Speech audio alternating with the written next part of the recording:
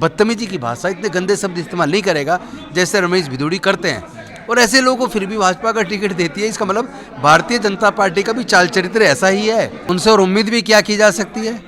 बेहद बेशर्म बदतमीज प्रवृत्ति के व्यक्ति हैं, और ये प्रवृत्ति ज़्यादातर भारतीय जनता पार्टी के नेताओं की है।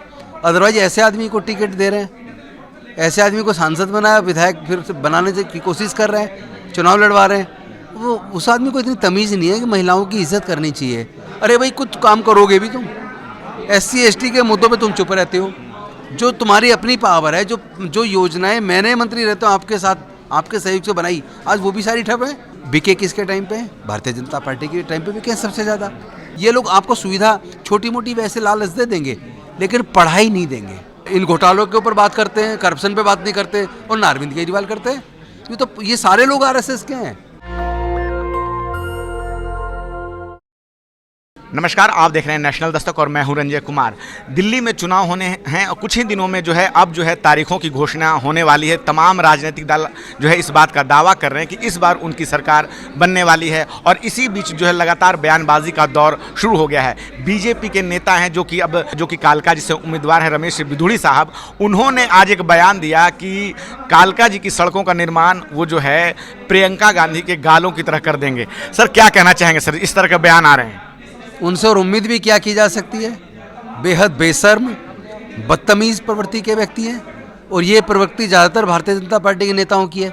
अदरवाइज ऐसे आदमी को टिकट दे रहे हैं, ऐसे आदमी को सांसद बनाया, विधायक फिर से बनाने की कोशिश कर रहे हैं, चुनाव लड़वा रहे हैं। वो उस आदमी को इतनी तमीज़ नहीं है कि महिलाओं की इज्जत करनी चाहिए।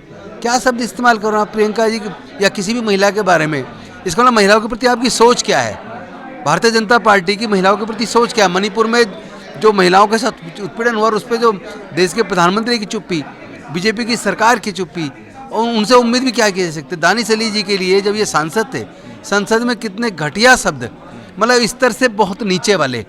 मुझे नहीं लगता कोई भी पढ़ा लिखा तो छोड़ो, अनपढ़ आदमी भी थोड़ी सी भी समझ रखता है तो इतनी बदतमीजी की भाषा, इतने गंदे शब्द इस्तेमाल नहीं करेगा जैसे रमेश भिदोड़ी करते हैं। और ऐसे लोगों को फिर भी भाजपा का टिकट देती है, इसका मतलब भारतीय जनता पार्टी का भी चाल चरित्र ऐसा ही है। सर, एक और बयान वो दे रहे हैं कि इंडिया गठबंधन के नेताओं ने लगातार भाजपा के नेताओं, हेमा मालिनी को जो लेकर के बयान दिया गया था लालू यादव की तरफ से, तो बयान उसी भाषा में दिया जाएगा, ऐसा भी कह रहे हैं वो। देखिए, कोई भी व्यक्ति महिला के बारे में बोलता गलत है, किसी भी को साइड करके बोलना ये भी तो अपमानजनक ही है ना। अरे आपको बुद्धि नहीं है क्या? अगर किसी ने बोला, उसने गलत बोला, आज आप बोल रहे हो। क्या लग रहा है सर, इस बार दिल्ली में पिछले अगर 2 विधानसभा चुनाव हम देखते हैं तो कांग्रेस का खाता नहीं खुलता है। हालांकि उसके पहले 15 साल तक शीला दीक्षित ने लगातार शासन किया, लेकिन अब के लोग ये कह रहे हैं कि यार शीला जी का टाइम बहुत अच्छा था, दिल्ली में जितना विकास हुआ वो शीला जी के टाइम पे हुआ है। आज याद कर रहे हैं और कोस रहे हैं कि शीला जी अगर रहती या वही सरकार आज होती तो इस तरह दुर्दशा ना होती। हर चीज़ में झगड़े हो रहे हैं जी, काम नहीं करने दे रहे, एक ही बहाना काम नहीं करने दे रही केंद्र सरकार। अरे भाई कुछ काम करोगे भी तुम, SC ST के मुद्दों पे तुम चुप रहते हो। जो तुम्हारी अपनी पावर है, जो योजनाएं मैंने मंत्री रहता हूँ आपके साथ, आपके सहयोग से बनाई, आज वो भी सारी ठप है। उसके लिए किसको दोष दोगे आप? एक्चुअली सच्चाई को समझो। कांग्रेस के टाइम पे सारे अफर्मेटिव एक्शन आए, कांग्रेस के टाइम पर ही PSUs बने। बिके किसके टाइम पे? भारतीय जनता पार्टी के टाइम पे बिके सबसे ज़्यादा। ठेकेदारी प्रथा खत्म करूंगा ये बोलते थे अरविंद केजरीवाल, की क्या? करना तो छोड़ो, एक प्रस्ताव तक पास नहीं किया।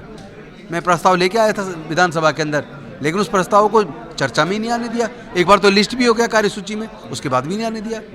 तो ये चाल चरित्र इनका नकली है, और ये लोग दिल से ईमानदार नहीं है, इनका जनता से कुछ नहीं। ये लोग आपको सुविधा छोटी मोटी वैसे लालच दे देंगे, लेकिन पढ़ाई नहीं देंगे, क्योंकि पढ़ाई सवालों को जन्म देती है। पढ़ाई से ज्ञान आता है, और ज्ञान से लोग सच और झूठ का अंतर जानता है। उन्होंने कुछ दिन पहले डॉक्टर बाबा साहब भीमराव अम्बेडकर के नाम पे एक स्कॉलरशिप की घोषणा की है, और लगातार घोषणा की है, हुआ कुछ नहीं है। घोषणा तो उन्होंने ये भी किया कि DSFDC को हम फंड देंगे, उसको जिंदा करेंगे, उससे लोगों को लोन मिलेगा।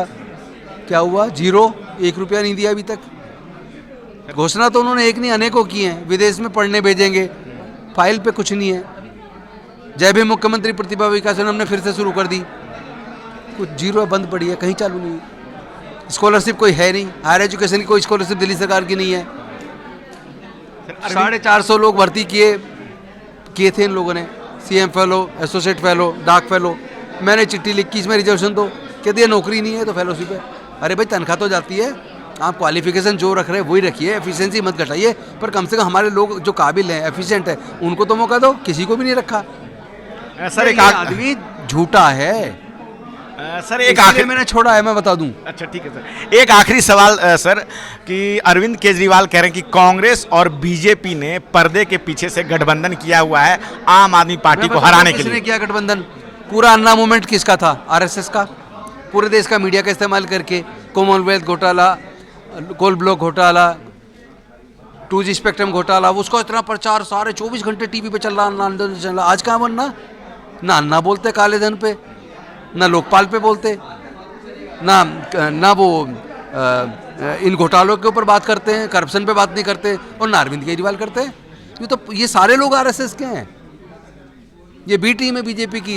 एक्चुअल में तो आम आदमी पार्टी बीजेपी को अंतर नहीं है। आप देखना, समय आपको, मैं आज मेरे रिकॉर्ड कर लो सब, आप देखना एक दिन ये अरविंद केजरीवाल हिंदू राष्ट्र को बनाने की भी समर्थन करेगा और बीजेपी भी ज्वाइन करेगा। सर वो लगातार दोनों ही पार्टियों से चेहरा पूछ रहे हैं कि चेहरा कौन है इनके पास मुख्यमंत्री के नाम पर। चेहरा तो बहुत राज्यों में चुनाव के बाद बनते हैं, पहले चुनाव तो होने दो। अभी तो कांग्रेस रिवाइव कर रही है और होगी, चलिए रिवाइव सर, करेगी। धन्यवाद सर। तो हमारे साथ बातचीत कर रहे थे कांग्रेस नेता राजेंद्र पाल गौतम, और जिस प्रकार से अरविंद केजरीवाल पे आरोप लगाए उन्होंने कि सिर्फ और सिर्फ वो घोषणाएं करते हैं, ज़मीनी धरातल पर ऐसा कुछ भी नहीं है। क्या है आपकी राय इस छोटी सी बातचीत पे? आप अपनी राय ज़रूर दें। मैं रंजय कुमार, कैमरामैन आशीष के साथ, नेशनल दस्तक। धन्यवाद। नेशनल दस्तक की आपसे गुजारिश है कि अगर इसको बचाना चाहते हैं तो नेशनल दस्तक को सब्सक्राइब करने के लिए रेड कलर के सब्सक्राइब बटन को दबाएं, फिर बेल आइकन की घंटी दबाएं। नेशनल दस्तक को बचाने के लिए बहुत जरूरी है कि हर खबर को शेयर करें, लाइक करें, कमेंट जरूर करें।